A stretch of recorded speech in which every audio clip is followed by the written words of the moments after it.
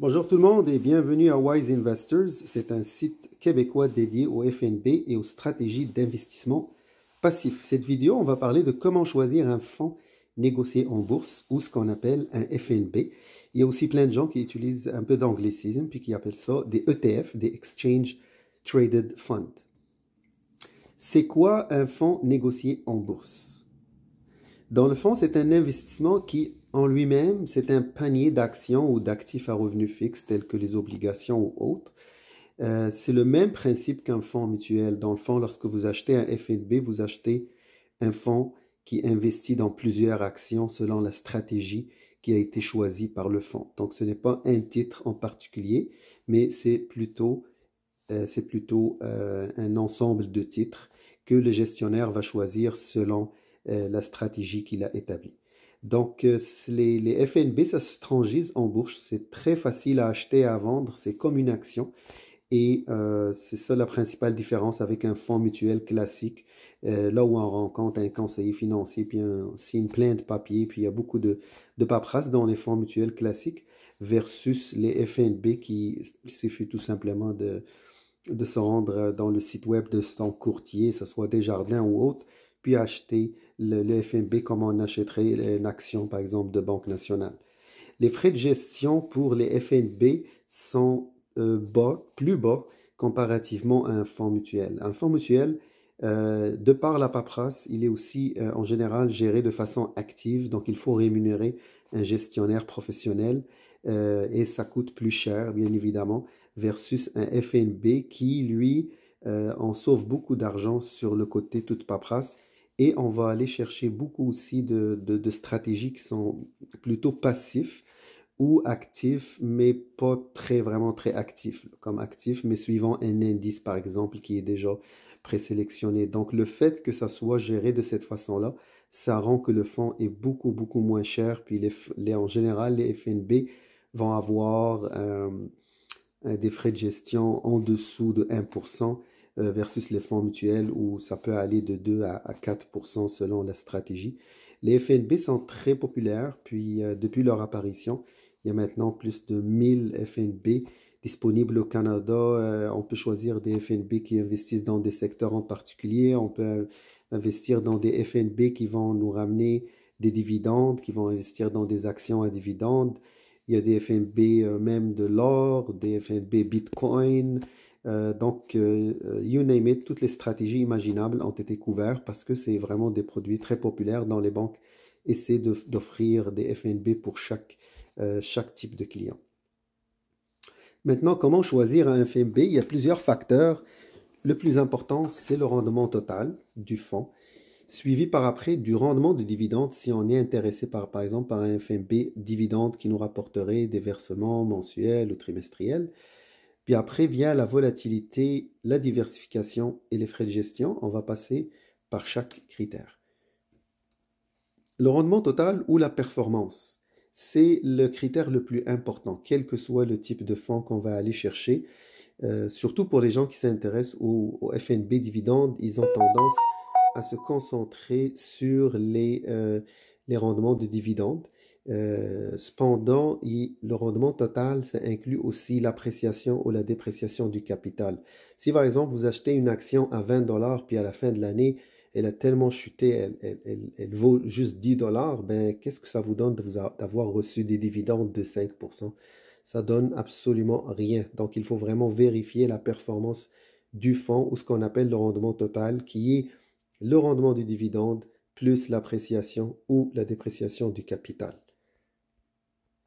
Le rendement en dividende, c'est simple. C'est tout simplement un pourcentage qui va changer à chaque jour parce que le FNB, il est coté en bourse. Donc, sa valeur, elle change à chaque jour. Il va monter un peu, descendre un peu, comme un peu une action.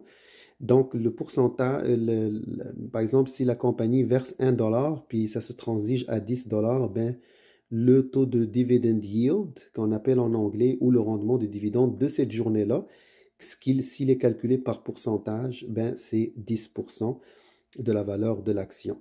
Donc, vous recevrez, exemple, 1 dollar par action par année. Si vous possédez 1000 actions, c'est 1000 dollars par année.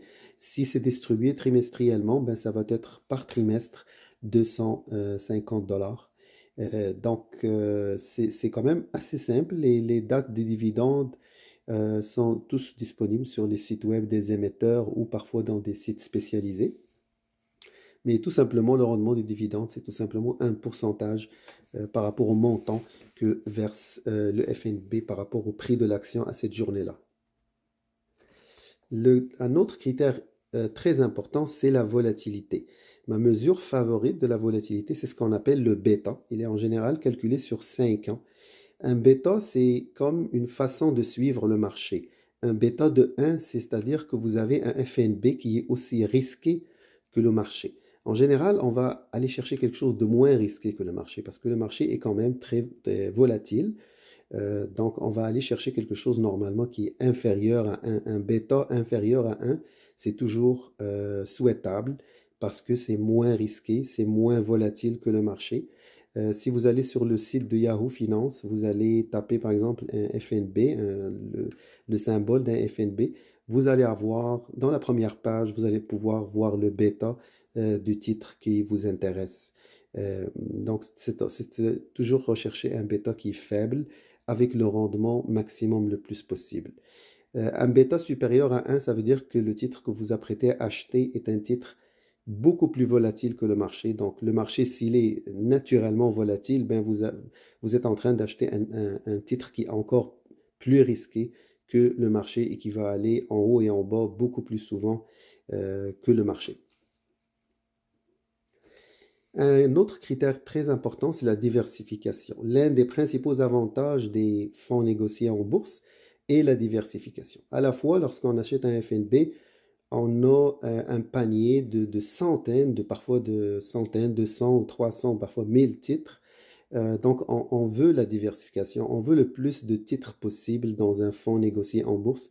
C'est ce qui permet d'avoir une volatilité faible lorsque ça a beaucoup d'actions là-dedans. Et aussi, on veut une diversification par secteur. Donc, on veut, par exemple, plusieurs secteurs pour que ça soit bien diversifié et moins volatile.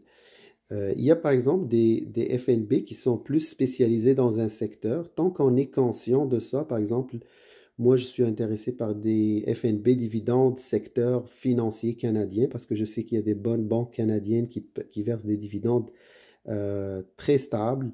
Donc, à ce moment-là, je peux acheter ce fonds-là. La seule affaire, c'est que je dois m'assurer que ça fit, que ça convient à mon portefeuille existant. Par exemple, j'ai un portefeuille où j'ai pas beaucoup d'exposition au secteur financier.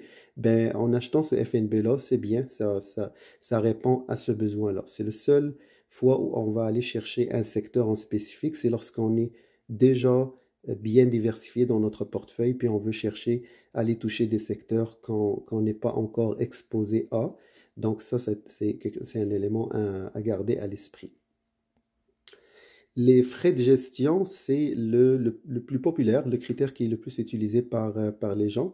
Je vous dirais, dans le secteur des FNB, c'est très concurrentiel. Donc, en général, on va retrouver vraiment des frais de gestion qui sont très, très, très proches. Donc, les frais de gestion sont les frais payés au gestionnaire pour qu'il gère le fonds. C'est un pourcentage. Exemple, si ça dit 0,10%, ben, ça signifie que le fonds va déduire 0,10% de frais du montant total des actifs par année. Une autre mesure qui est plus globale, c'est le ratio de frais de gestion. Lorsqu'on rentre dans un site web de l'émetteur, on va retrouver ces deux-là, les frais de gestion, puis le ratio de frais de gestion. Le ratio de frais de gestion, c'est important, c'est le frais total. En général, les frais de gestion, c'est ce qui mange le plus, c'est ce qui compose le plus les frais. Le ratio de frais de gestion va inclure d'autres petits frais qui s'ajoutent ici et là, par exemple le ratio les frais d'administration. En général, c'est des petits pourcentages, mais il faut quand même regarder le ratio de frais de gestion parce que parfois ça peut être plus important qu'on y pense. Donc, c'est ça. Donc, lorsqu'on veut acheter des fonds, il faut regarder les frais de gestion. Il y a parfois des fonds qui sont plus chers que leurs concurrents. Donc, à éviter, surtout s'ils ont des mauvais rendements ou des rendements qui ne justifient pas ces frais de gestion élevés. Donc, on a passé à travers tous les critères. On ferait d'autres vidéos pour aller chercher les meilleurs FNB dividendes, les meilleurs FNB croissance. Donc, s'il vous plaît, n'oubliez pas de vous abonner et surtout de visiter notre site web wiseinvestors.com pour avoir plus de détails et plus de vidéos dans le futur. Bonne journée.